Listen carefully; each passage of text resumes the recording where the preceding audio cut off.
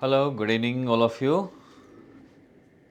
तो कल का आपने लेक्चर आई थिंक देखा होगा और आपको चीज़ें समझ आ गई होंगी। तो उससे पहले मैं थोड़ा सा आपको बताता हूँ और फिर इसके बाद हम स्टार्ट करेंगे, क्योंकि आज से हमारी एकदम प्लानिंग स्ट्रैटेजी शुरू होगी। फिर इसके बाद हम डाउट सेशन और सारे क्वेश्चन आंसर्स स्टार्ट करेंगे। ओके, तो सबसे पहले तो आपको देखो ईपीएफओ दे रहे हो 100 डेज़, क्या 90 डेज़ बचा है? 90 डेज़ में और एक दिन कम हो गया आज। सो कम ही हो रहा है। सो अभी आप इस पे जाकर भी, यहाँ पर अभी इस समय ईपीएफओ में हमारे यहाँ से बड़ा ऑफ़र चल रहा है। देखो 50% का ऑफ़र है। आप इसमें जाकर यहाँ से परचेस करेंगे और मेंटरशिप में आप मेरे साथ जुड़ेंगे। जो हमारे बच्चे जो इसको परचेज कर रखे हैं या परचेज करने वाले हैं, उनसे मेरा वीक में एक दिन वन जूम पर मीट होगी हमारी। जूम से उनकी बात होगी। जूम पर उनके साथ मेरा डिस्कशन होगा और डाउट सेशंस होंगे जो पर्सनल लेवल पे होंगे। जो इस पे परचेज, जो नहीं परचेज कर रहे हैं या नहीं हुआ है, तो उनके साथ सिर्फ और सिर्फ मैं यूट्यूब पर उनके साथ मिलूँगा। ठीक है? सो ये एक थोड़ा सा है इसमें। तो आप थोड़ा सा, क्योंकि अब जो खरीद रहा है उसको थोड़ा स्पेशल तो फील होना चाहिए ना, कि मैंने सर इस थोड़ा सा मैंने मेहनत की है, मैंने परचेज़ किया हुआ है। तो स्पेशल ट्रीटमेंट उसका थोड़ा सा, बस कि हमारा ऐसा होता नहीं है। यूट्यूब पे भी क्वालिटी वही चीज़ें, बस उनको एक दिन हम एक्स्ट्रा वीक में एक दिन ज़रूर मिलते हैं। ठीक है?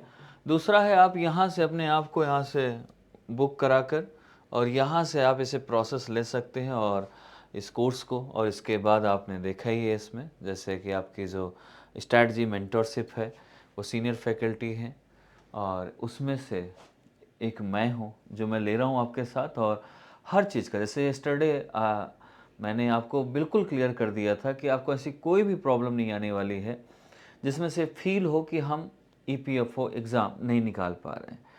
हाँ, वो आप मेहनत नहीं कर पा रहे, वो अलग बात है, लेकिन अगर जितना मैं कह रहा हूँ उतनी मेहनत कर ली आपने, तो आपका क्लियर होना पक्का है। ठीक है? चाहे जी जान लग जाए। और मैं सभी के लिए आज मैंने स्ट्रेटजी सोचा हुआ है कि सभी के लिए जो मैं आपको बताने वाला हूँ, जो आपके लिए बहुत काम आएगी।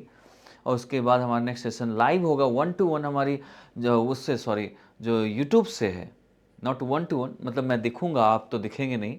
और आप वहाँ पर क्वेश्चन सारे कर सकते हैं और 9 बजे लाइव पर हम आमने सामने होंगे। ठीक है? सो अब स्टार्ट करते हैं हम इसमें। सबसे पहले यहाँ से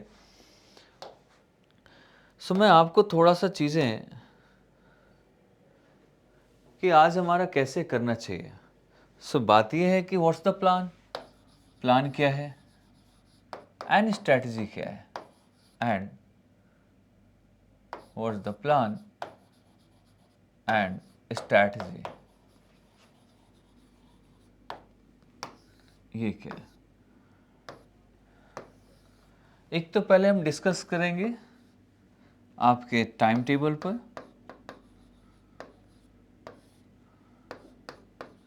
time table, okay.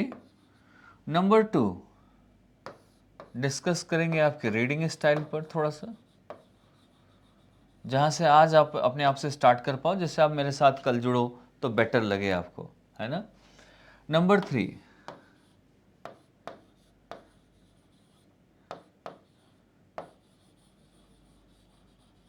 How to solve PYQ।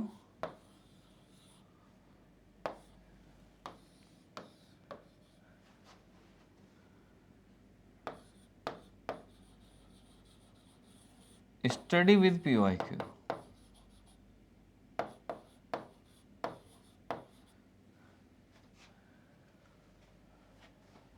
Okay. इन सभी चीज़ों को हम यहाँ पर डिस्कस करने वाले हैं, ओके। सो 1 बाय 1 हम इस पर डिस्कस करेंगे।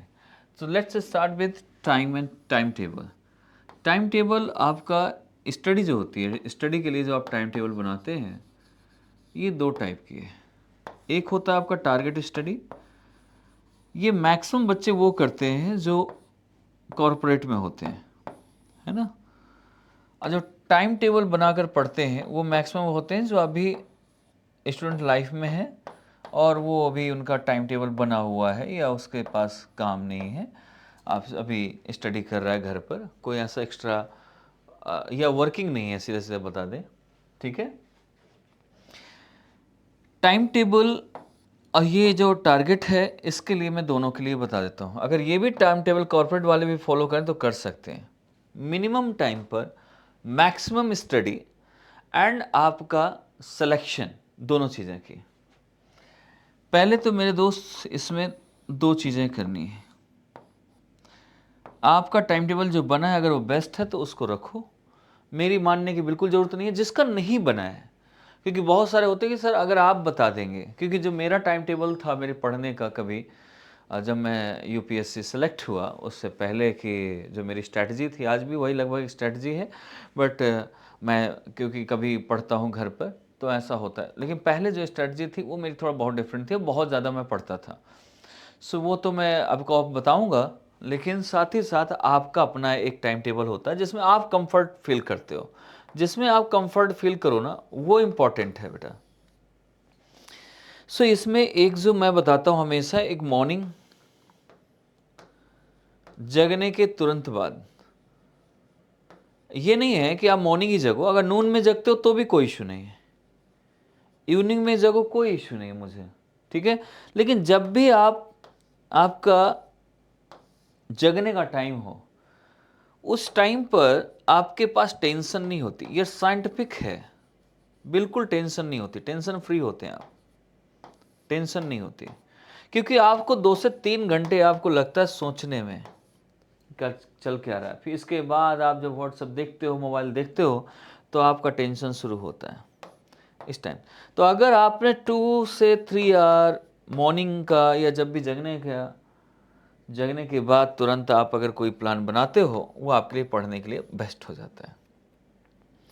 दूसरा है बिफोर गोइंग टू बेड, है ना, बेड में जाने से पहले, बिफोर स्लीपिंग, पढ़ते हुए सो जाओ, कि कुछ देखते हुए सोओगे तो फिर दिमाग काम नहीं करेगा।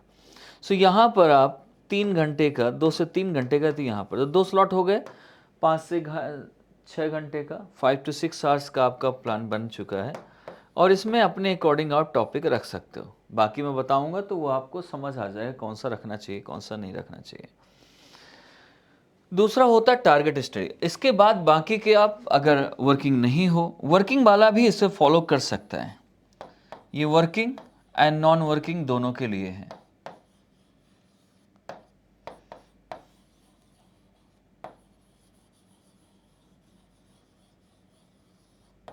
दोनों के लिए। अब यहां पर बाकी के बीच का प्लॉट है वो आप फिल करेंगे कि आपको टाइम है कि नहीं, तो 2 घंटे, 2 से 3 घंटे का बीच में निकाल सकते हैं, तो 9-10 आवर्स हो जाता है। वैसे 2 घंटे का भी निकालेंगे तो ठीक रहेगा। यह टारगेट स्टडी में क्या है कि आपने प्लान बनाया, टारगेट स्टडी में यहाँ ज़रूरत है हमें किस चीज़ की, प्लान की, कि आज मैं इतने चैप्टर्स पढ़ूंगा। चैप्टर्स और पेजेस किस में आप पढ़ना चाहते हो वो आप सेट करोगे, और कितने सब्जेक्ट्स, या सिंगल एक सब्जेक्ट के हिसाब से चल रहे हो, 2 सब्जेक्ट के हिसाब से चल रहे हो, तो इसको लेकर आपको एक दिन में इतना कंप्लीट करना है। मतलब पर डे आपका प्लान बनेगा, डेली प्लान है। टारगेट सेट किया और यहाँ पर स्टार्ट किया और वो आपका होना शुरू हो गया। तो ये तो हो गया इसकी बात। अब यहाँ पर किस हिसाब से आप प्लान बनाते हो वो अलग बात है। अब आते हैं रीडिंग स्टाइल पर। रीडिंग स्टाइल में देखो बेटा, मैं एक चीज़ आपको बताता हूँ, एक सबसे अच्छी बात, टाइम कम है, पढ़ना ज़्यादा है।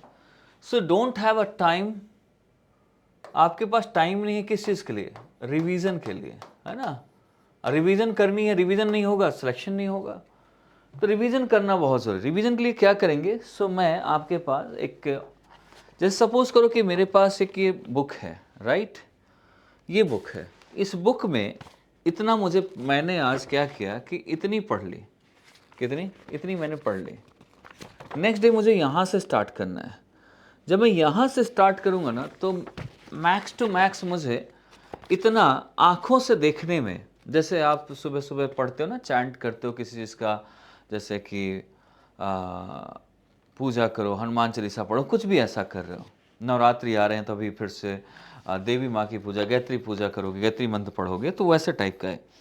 सो उसमें क्या होता है ना, आप रीड नहीं करते, फर्स्ट टाइम रीड करते हो, सेकेंड टाइम आंखों से आप रीड करते हो और पेज पलटते जाते हो स्पीड से। सेम वैसा है, आपको बहुत मिनिमम टाइम लगता है, लेकिन ये पहला चैप्टर जो होगा, लास्ट चैप्टर जब तक खत्म होगा 2 से 3 बार रिवीजन हो चुका होगा इसका।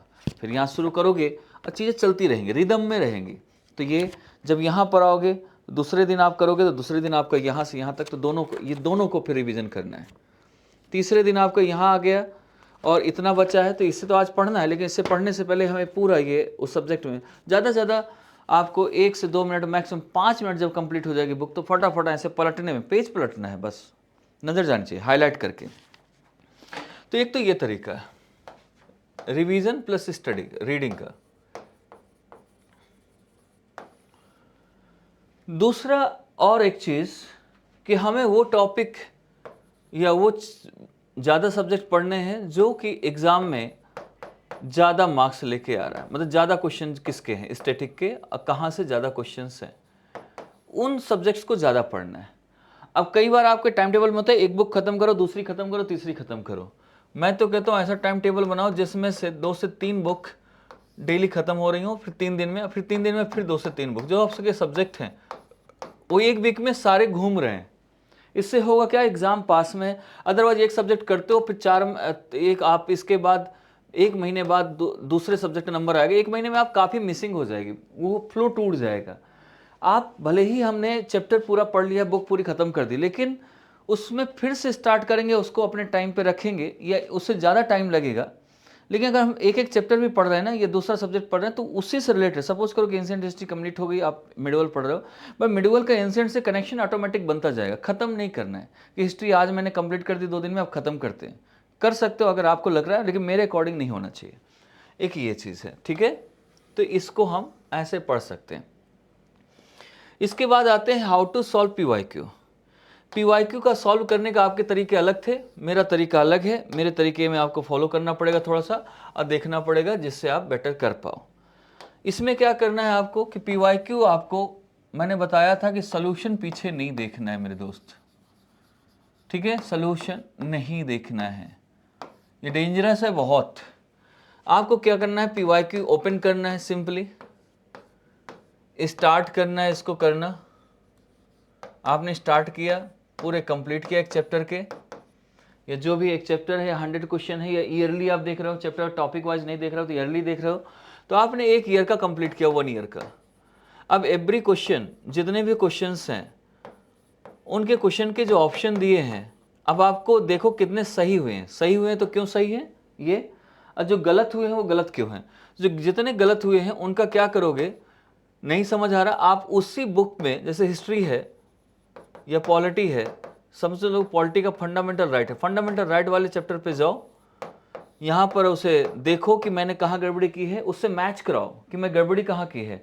इससे 2 फायदे होंगे, एक तो टॉपिक रेडी हो जाएगा, जो आपको समझ नहीं आता कंसर्न वो पूरा हो जाएगा।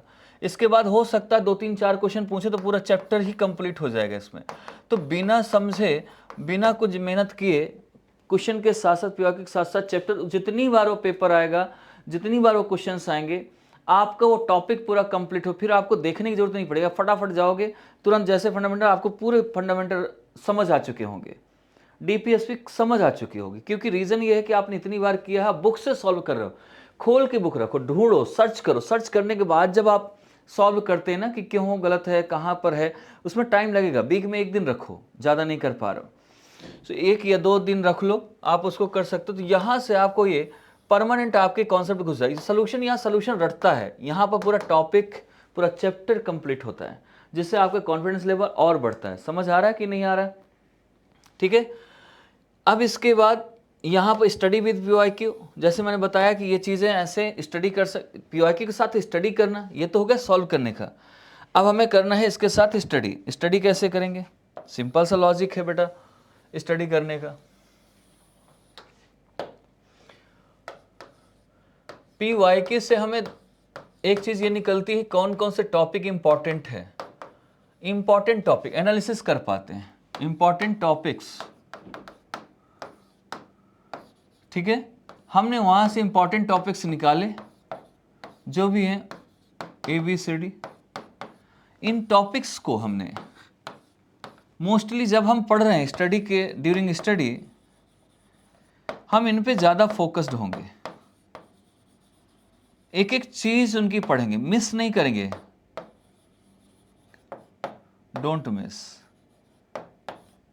ठीक है, तो उन टॉपिक्स को आप मिस नहीं करोगे, उन टॉपिक्स को आप बहुत अच्छे से पढ़ोगे, चीज़ें बहुत अच्छी करोगे, जिससे आपकी चीज़ें ना बड़ा कमाल की हो जाएंगी, बहुत अच्छी हो जाएंगी, जिससे आप सोच कर भी आप सोचोगे कि नहीं यार सर मेरा बेस्ट चल रहा है।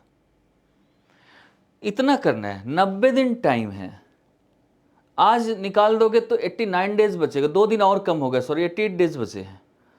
आपको जितना बता रहा हूं मैं इसलिए बता रहा हूं कि इतना करना है, अपना टारगेट फिक्स करना है, अपनी चीज़ें करनी है, तो इस हिसाब से पढ़ने का तरीका शुरू करना है।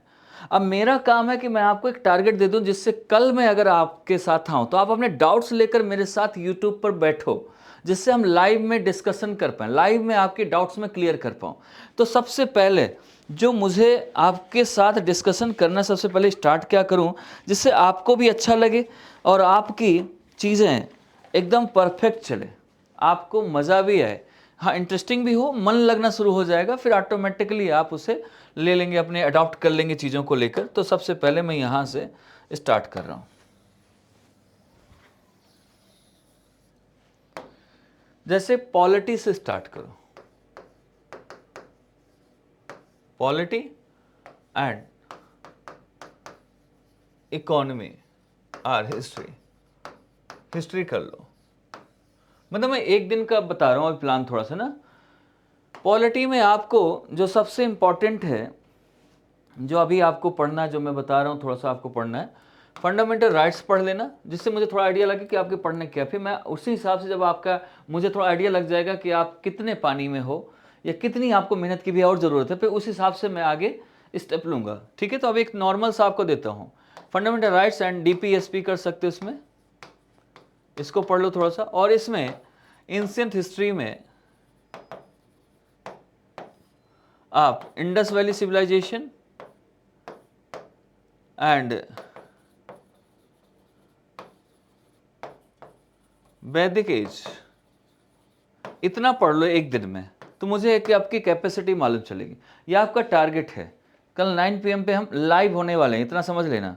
ठीक है, बाकी का मैंने बताया ही है कि आप अगर इस हमारे कोर्स के साथ आते हैं, इसमें से मेंटोरशिप यहाँ तो मिल ही रही है आपको साथ ही साथ, और यहाँ पर आपको एक मेरे साथ जूम पे जुड़ पाएंगे और चीज़ें चल पाएंगी। सो इसके लिए थोड़ा सा आपको ये इसमें आना पड़ेगा, और यहाँ से आप स्पेशल ट्रीटमेंट थोड़ा सा चाहिए तो आप यहाँ से कर सकते। ओके, तो ठीक है, मिलते हैं हम आपसे कल बहुत जल्द, और चीज़ों को हम इसमें देखेंगे, समझेंगे। Okay, thank you, bye bye, take care.